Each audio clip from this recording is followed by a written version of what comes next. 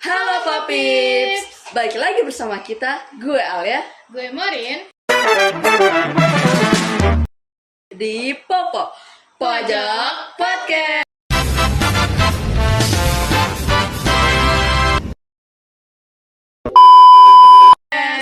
Nah Morin, kita nih hari ini mau bahas apa Mor? Hari ini kita bakal bahas tentang kerajaan di Nusantara nih. Wah, kerajaan di Nusantara kan banyak banget ya Mor. Kerajaan apa nih? Jujur banyak banget sih. Mungkin kita mulai dari kerajaan Majapahit kali ya, Al.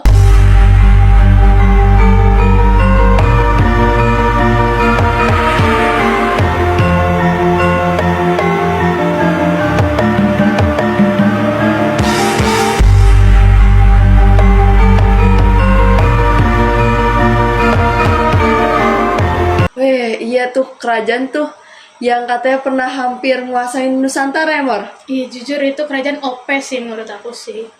Nah, tanpa lama-lama lagi nih, kita langsung kenalan aja nih ke narasumber kita. Halo Papips, aku Haidar Raska. Halo Papips, aku Hasan Mulaya. Halo Papips, saya Raska Branaiza. Nah, langsung aja nih kita ke pertanyaan yang pertama. Majapahit itu berdirinya kapan sih? Kerajaan Majapahit itu didirikan pada tahun 1293 oleh Raden Wijaya.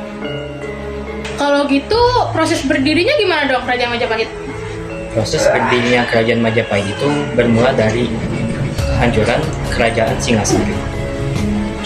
Hancurnya Kerajaan Singasari ini diakibatkan oleh pemberontakan oleh Jayakatua. Nah, pada saat itu Raden Wijaya sebelum mendirikan Kerajaan Majapahit merupakan penerus dari Kerajaan Singasari. Akibat pemberontakan itu dia dipaksa untuk lari dan bersembunyi di suatu hutan di daerah Tari. Nah, pada saat itu juga pasukan Mongol datang ke Nusantara untuk menghancurkan Kerajaan Singasari. Melihat kesempatannya, Raden Wijaya memutuskan untuk bekerjasama dengan pasukan Mongol untuk mengalahkan Jayakatua. Setelah Jayakatua dikalahkan, Raden Wijaya melakukan serangan mendadak ke pasukan Mongol. Akibatnya pasukan Mongol terpaksa kabur dari Nusantara. Nah, di sanalah Kerajaan Majapahit resmi didirikan. Wow, jujur itu strateginya smart banget ya, Al. Asli iya. Nah Mor, tadi kan si Raska udah jelasin nih tentang proses didirikannya Majapahit. Kalau masa kerjaannya gimana ya? Nah, kalau tentang itu kita tanya ke Haidar sama Hasan kali ya. Benernya? Gimana tuh? Masa kejayaan itu terjadi pada abad ke-14. Tepatnya saat Majapahit dipimpin oleh Raja Hemburuk yang berkuasa pada tahun 1350 sampai 1389. Ia tidak bekerja sendiri, ia didampingi oleh patihnya yang sangat berpengaruh, Gajah Mada. Bentar, ini tuh yang ada sumpah palapanya itu nggak sih? Nah, iya betul. Gajah Mada itu bersumpah bahwa dia tidak akan menikmati kesenangan hidupnya sebelum ia berhasil membantu menguasai wilayah Nusantara. Wow. Itu tuh berhasil. Nah, ambisinya dari Gajah Mada ini tuh terbukti berhasil karena wilayah Majapahit mulai meluas. Nah, contohnya itu seperti di Kalimantan, Semenanjung Malaya, Sumatera, dan wilayah timur Nusantara. Wow, berarti Majapahit jadi powernya gede banget ya, Al? Iya weh. Nah, berarti tuh di sini tuh kita bisa lihat kalau kerajaan Majapahit ini tuh gak cuma besar tapi juga strateginya tuh keren banget. Dan juga menurut aku kerajaan Majapahit itu nggak cuma tentang kekuatan, tapi tentang kepemimpinan. Bener banget tuh. Nah, buat kelanjutannya kita lanjut di sesi 2 bersama teman-teman kita yang lain. Stay tune. Bye. Hai Popis, balik lagi di sesi kedua nih. Jadi di sini kita akan lanjutin materi kerajaan Majapahit. Perkenalkan, nama gue Rihana Syifa. Gua Syifa. Gua Ardiansyah Fahmi. Gue Gevan. Nah, di sini kita bakal lanjut bahas tentang kehidupan masyarakat Majapahit pada masa itu. Kira-kira gimana sih kehidupan masyarakat Majapahit pada zaman itu? Oke, kehidupan masyarakat Majapahit pada zaman itu tuh pertama dari golongan struktur sosial lah. Mereka tuh dibagi jadi 4, yaitu golongan Brahmana, Ksatria, Waisya, dan juga Sudra. Namun mereka tetap toleran seperti itu ya. Lanjut dari kehidupan sehari-hari. Masyarakat sono tuh biasanya berprofesi seperti pedagang, petani, dan juga pengrajin. Nah, itu tuh bakal dilanjutkan kepada Pak. Oke. Jadi dari sektor perekonomian Majapahit ada dua yang utama. Yang pertama itu ada sektor agraris atau pertanian. Jadi pertanian padi di Kerajaan Majapahit itu sangat maju sekali ya, karena didukung oleh aliran sungai Berantas dan Bengawan Solo yang subur. Selanjutnya ada sektor maritim atau perdagangan. Jadi Majapahit itu menguasai banyak jalur perdagangan rempah-rempah di Nusantara. Komoditas utama untuk diekspor adalah lada, garam, kain, dan burung kakatua.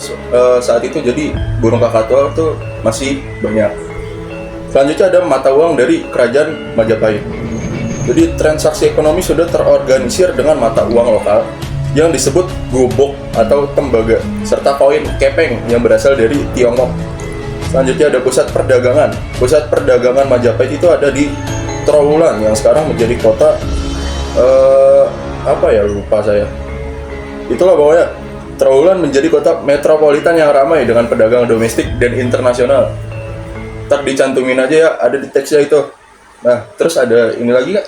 Wah, berarti ekonominya udah maju banget dong waktu itu. Keren sih. Jelas, kan kerajaan terbesar.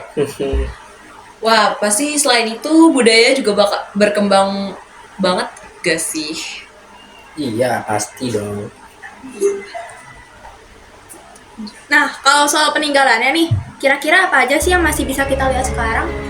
Peninggalan kalau dari Kerajaan Majapahit itu paling banyak sekarang candi sama kitab ya, kitab atau sastra. Jadi candi itu yang pertama ada Candi Bajang Ratu atau gapuranya dari Kerajaan Majapahit. Selanjutnya ada Candi Tikus atau tempat pemandian. Selanjutnya ada Candi Brahu, Candi Penataran, dan Candi Jagung. Nah, kalau dari kitab atau sastranya, yang pertama itu ada kitab Kakawin Nagara Kertogomo atau Empu Prapanca. Selanjutnya ada Kakawin Sutasoma karangan Empu Tantular yang memuat semboyan Bhinneka Tunggal Ika. Dan ada kitab Sundayana. Nah, kalau dari peninggalan Majapahit itu ada prasastinya juga.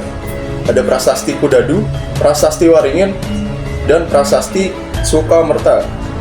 Nah, ada situsnya juga nih. Ada situs Trowulan atau bekas ibu kota dari Majapahit dan Kolam Senagaran. Nah, gitu. Wah, jadi kita bisa tahu juga ya sejarah Majapahit dari situ sambil kita lihat candi-candi yang banyak banget. Tapi yang bikin penasaran, kenapa ya kerajaan sebesar Majapahit itu bisa runtuh? Keruntuhan Majapahit itu sebenarnya banyak banget sumbernya, tapi yang biasa orang tahu tuh ada 2. Pertama tuh dari konflik internal atau dari dalam kerajaannya, dan juga yang kedua adalah konflik eksternal, yaitu dari luar kerajaannya. Nah, selanjutnya bakal dibahas lagi ya Bapak. Masih gua lagi. Selanjutnya ada penyebab runtuhnya Majapahit. Yang pertama adanya wafatnya tokoh kunci atau meninggalnya Gajah Mada pada tahun 1364 dan Hayam Wuruk tahun 1389 yang menyebabkan krisis kepemimpinan yang tangguh ya. Nah, terus ada juga perang Parekrek di tahun 1404 sampai 1406. Jadi perang Parekrek itu perang saudara perebutan tahta kerajaan Majapahit antara Wikramawardhana atau menantu Hayam Wuruk dan Brewirabumi, anak Hayam Wuruk dari Selir. Nah, itu melemahkan kekuatan internal juga tuh. Selanjutnya ada konflik internal yang merebuti kekuasaan yang berlarut-larut, jadinya ngelemahin kerajaan Majapahit itu sendiri. Jadi nyebabin banyak daerah yang melepaskan diri. Selanjutnya ada bangkitnya Kesultanan Malaka ya. Berdirinya Kesultanan Malaka mengambil alih peran Majapahit dalam perdagangan maritim di Nusantara. Nah, ada juga nih yang paling besar dampaknya, yaitu munculnya Kerajaan Islam Demak.